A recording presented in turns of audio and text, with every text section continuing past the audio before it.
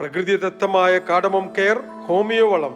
ഞാൻ കുമളി പഞ്ചായത്തിൽ നിന്നും സെക്രട്ടറിയായി റിട്ടയർ ചെയ്തതാണ്. റിട്ടയർമെൻറ്റിന് ശേഷം കൃഷിയിലേക്ക് തിരിഞ്ഞു. ഇപ്പം കുറച്ച് കാലമായിട്ട് ഏലം കൃഷി ചെയ്യുകയാണ്. കൃഷി തുടങ്ങിയിട്ട് 62 വർഷമായി.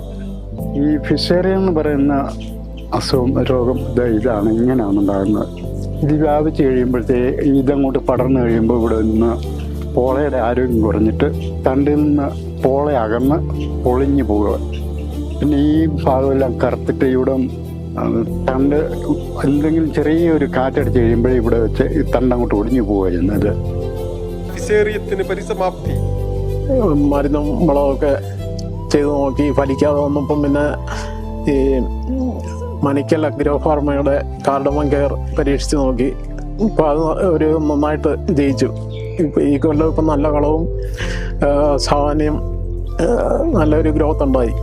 നേരത്തെ ഫംഗിസൈഡായിട്ട് ഞാൻ ഇവിടെ ഉപയോഗിച്ചിരുന്നത് നേരത്തെ സൾഫർ, അതുപോലെ കാർബൺ ഡയോക്സൈഡ്, മാംഗോസിബ്, അങ്ങനെ പല ഫംഗിസൈഡ് മാറി മാറി ഉപയോഗിക്കുമായിരുന്നു. അതെല്ലാം ഭയങ്കര കോസ്റ്റ്ലി ആയിരുന്നു. ഈ മരുന്ന് വന്ന പിന്നെ മിതമായ വിലയിൽ നമുക്ക് ഫംഗിസൈഡ് ആയിട്ട് ഈ മരുന്ന് കൊടുക്കാൻ സാധിക്കുന്നുണ്ട്. നമ്മളിപ്പോൾ ഈ തോട്ടത്തിലേക്ക് നോക്കുകയാണെങ്കിൽ തന്നെ മനസ്സിലാകുന്ന ഒരു കാര്യമേ ഉള്ളൂ. ഏലം നന്നായിട്ട് നിൽക്കുന്നുണ്ട്. നല്ല ചിമ്പും നല്ല ചരവും നന്നായിട്ട് കായ്ച്ചിട്ടുമുണ്ട്. അപ്പം കോസ്റ്റ് കമ്പാരിസൺ നോക്കുവാണെങ്കിൽ വളരെ ലാഭമാണ് നമുക്ക്. നേരത്തെ നമ്മുടെ കായ സെയിലാക്കിയതിന് ശേഷം അതിനൊരു ബിഗ് പാർട്ട് തന്നെ നമ്മൾ ഈ മരുന്നടിക്ക് വേണ്ടി ഇൻവെസ്റ്റ് ചെയ്യണമായിരുന്നു. ഇതിപ്പം എനിക്ക് മാനേജ് ചെയ്യാൻ പറ്റുന്നുണ്ട്. അതുപോലെ കൃഷി ലാഭകരമാക്കി മുന്നോട്ട് കൊണ്ടുപോകാൻ സാധിക്കുന്നുണ്ട്. ഏലം കർഷകർ രക്ഷപ്പെട്ടു. രാസവളങ്ങളുടെയും കീടനാശിനികളുടെയും സാമ്പത്തിക ബാധ്യതയിൽ നിന്ന് പ്രകൃതിദത്തമായ കാർഡമം കെയർ ഹോമിയോ വളം.